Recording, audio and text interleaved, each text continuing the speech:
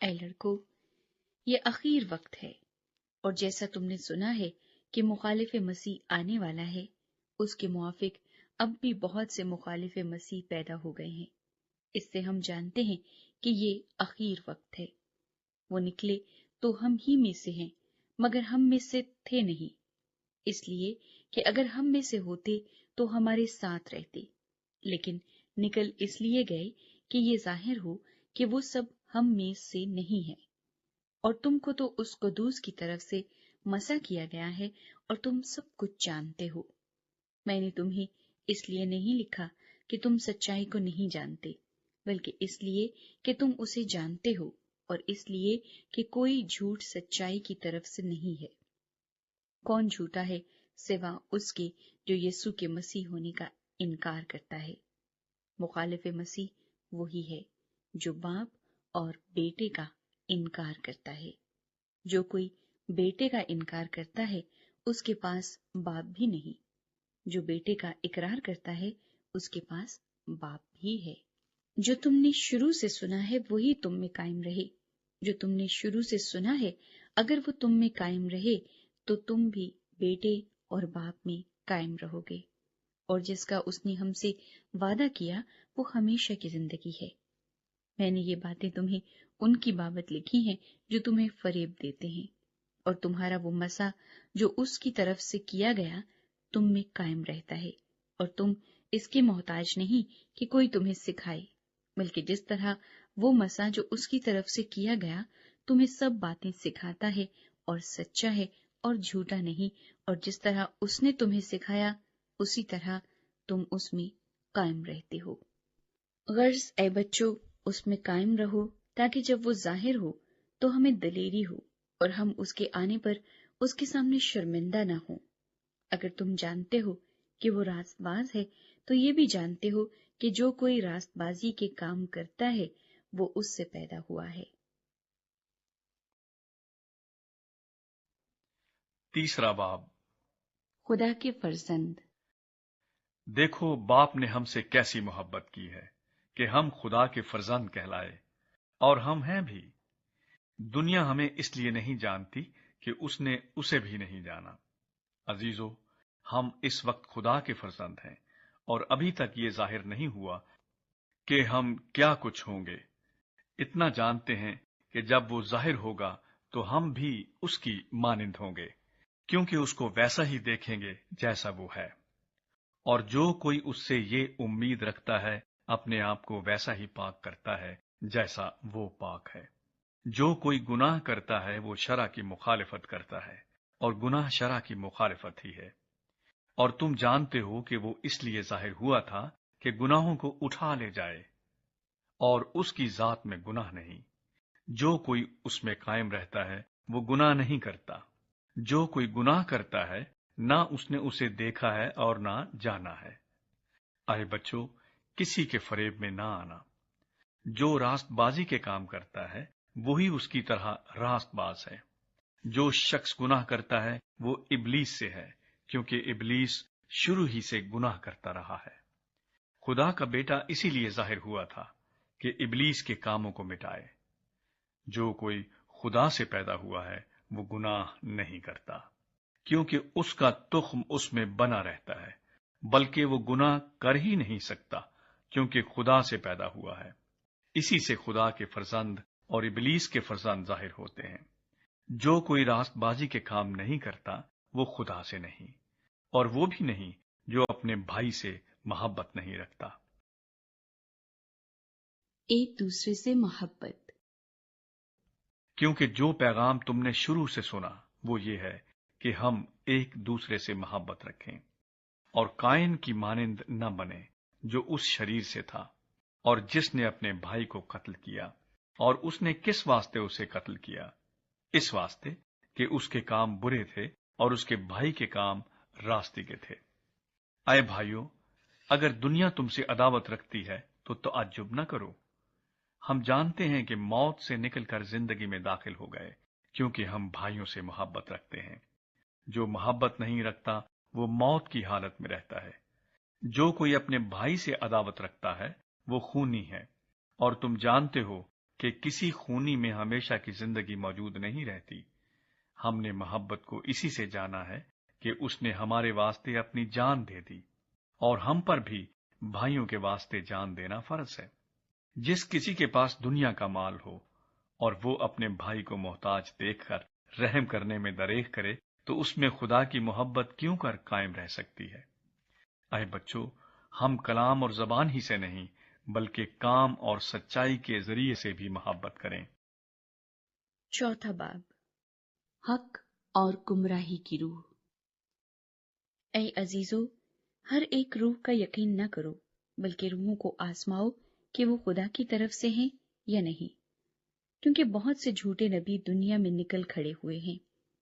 خدا کی روح کو تم اس طرح پہچان سکتے ہو کہ جو کوئی روح اقرار کرے کہ یسوع مسیح مجسم ہو کر آیا ہے، وہ خدا کی طرف سے ہے، اور جو کوئی روح یسوع کا اقرار نہ کرے وہ خدا کی طرف سے نہیں، اور یہی مخالف مسیح کی روح ہے، جس کی خبر تم سن چکے ہو کہ وہ آنے والی ہے، بلکہ اب بھی دنیا میں موجود ہے۔ اے بچوں، تم خدا سے ہو اور ان پر غالب آ گئے ہو، کیونکہ جو تم میں ہے وہ اس سے بڑا ہے جو دنیا میں ہے۔ وہ دنیا سے ہیں، اس واسطے دنیا کسی کہتے ہیں، اور دنیا ان کی سنتی ہے۔ ہم خدا سے ہیں۔ جو خدا کو جانتا ہے وہ ہماری سنتا ہے، جو خدا سے نہیں وہ ہماری نہیں سنتا۔ اسی سے ہم حق کی روح اور گمراہی کی روح کو پہچان لیتے ہیں۔ خدا محبت ہے۔ اے عزیزو، آؤ ہم ایک دوسرے سے محبت رکھیں، کیونکہ محبت خدا کی طرف سے ہے، اور جو کوئی محبت رکھتا ہے وہ خدا سے پیدا ہوا ہے اور خدا کو جانتا ہے۔ جو محبت نہیں رکھتا وہ خدا کو نہیں جانتا، کیونکہ خدا محبت ہے۔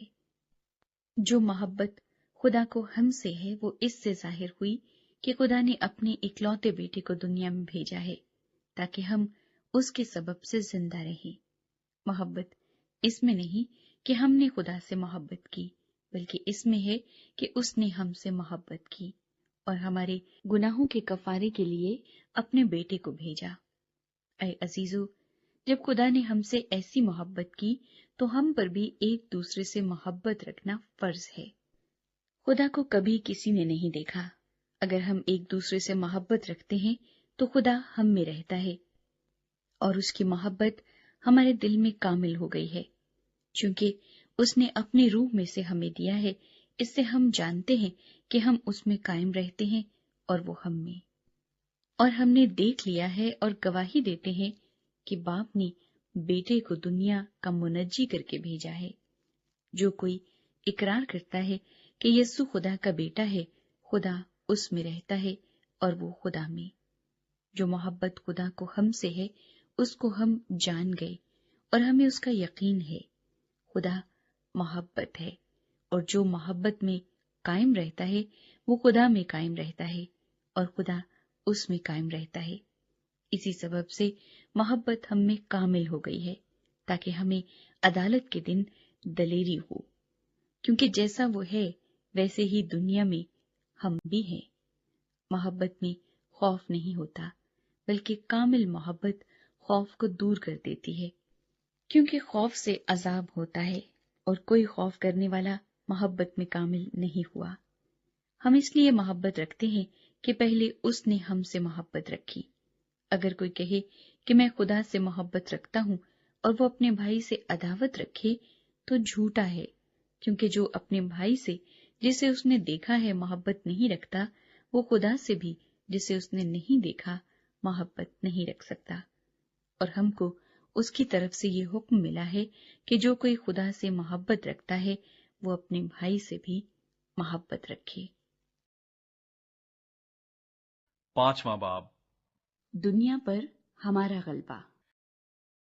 جس کا یہ ایمان ہے کہ یسوع ہی مسیح ہے، وہ خدا سے پیدا ہوا ہے، اور جو کوئی والد سے محبت رکھتا ہے وہ اس کی اولاد سے بھی محبت رکھتا ہے۔ جب ہم خدا سے محبت رکھتے اور اس کے حکموں پر عمل کرتے ہیں تو اس سے معلوم ہو جاتا ہے کہ خدا کے فرزندوں سے بھی محبت رکھتے ہیں۔ اور خدا کی محبت یہ ہے کہ ہم اس کے حکموں پر عمل کریں اور اس کے حکم سخت نہیں۔ جو کوئی خدا سے پیدا ہوا ہے وہ دنیا پر غالب آتا ہے، اور وہ غلبہ جس سے دنیا مغلوب ہوئی ہے ہمارا ایمان ہے۔ دنیا کا مغلوب کرنے والا کون ہے سوا اس شخص کے جس کا یہ ایمان ہے کہ یسوع خدا کا بیٹا ہے۔ یسوع مسیح کی بابت گواہی۔ یہی ہے وہ جو پانی اور خون کے وسیلے سے آیا تھا، یعنی یسوع مسیح۔ وہ نہ فقط پانی کے وسیلے سے بلکہ پانی اور خون دونوں کے وسیلے سے آیا تھا۔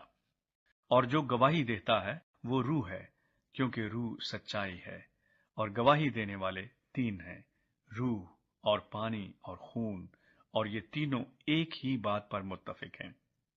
جب ہم آدمیوں کی گواہی قبول کر لیتے ہیں تو خدا کی گواہی تو اس سے بڑھ کر ہے، اور خدا کی گواہی یہ ہے کہ اس نے اپنے بیٹے کے حق میں گواہی دی ہے۔ جو خدا کے بیٹے پر ایمان رکھتا ہے وہ اپنے آپ میں گواہی رکھتا ہے۔ جس نے خدا کا یقین نہیں کیا اس نے اسے جھوٹا ٹھہرایا، کیونکہ وہ اس گواہی پر جو خدا نے اپنے بیٹے کے حق میں دی ہے ایمان نہیں لایا۔ اور وہ گواہی یہ ہے کہ خدا نے ہمیں ہمیشہ کی زندگی بخشی، اور یہ زندگی اس کے بیٹے میں ہے۔ جس کے پاس بیٹا ہے اس کے پاس زندگی ہے، اور جس کے پاس خدا کا بیٹا نہیں اس کے پاس زندگی بھی نہیں۔ خدا کے ساتھ ہمیشہ کی زندگی۔ میں نے تم کو جو خدا کے بیٹے کے نام پر ایمان لائے ہو یہ باتیں اس لیے لکھی کہ تمہیں معلوم ہو کہ ہمیشہ کی زندگی رکھتے ہو۔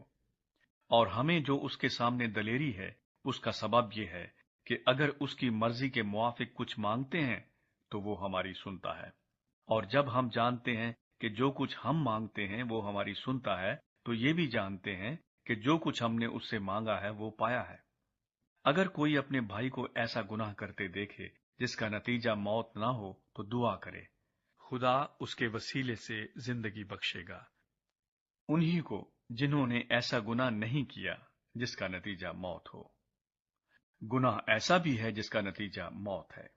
اس کی بابت دعا کرنے کو میں نہیں کہتا، ہے تو ہر طرح کی ناراستی گناہ، مگر ایسا گناہ بھی ہے جس کا نتیجہ موت نہیں۔ ہم جانتے ہیں کہ جو کوئی خدا سے پیدا ہوا ہے وہ گناہ نہیں کرتا، بلکہ اس کی حفاظت وہ کرتا ہے جو خدا سے پیدا ہوا، اور وہ شریر اسے چھونے نہیں پاتا۔ ہم جانتے ہیں کہ ہم خدا سے ہیں اور ساری دنیا اس شریر کے قبضے میں پڑی ہوئی ہے، اور یہ بھی جانتے ہیں کہ خدا کا بیٹا آ گیا ہے اور اس نے ہمیں سمجھ بخشی ہے تاکہ اس کو جو حقیقی ہے جانے، اور ہم اس میں جو حقیقی ہے یعنی اس کے بیٹے یسوع مسیح میں ہیں۔ حقیقی خدا اور ہمیشہ کی زندگی یہی ہے۔ اے بچوں، اپنے آپ کو بتوں سے بچائے رکھو۔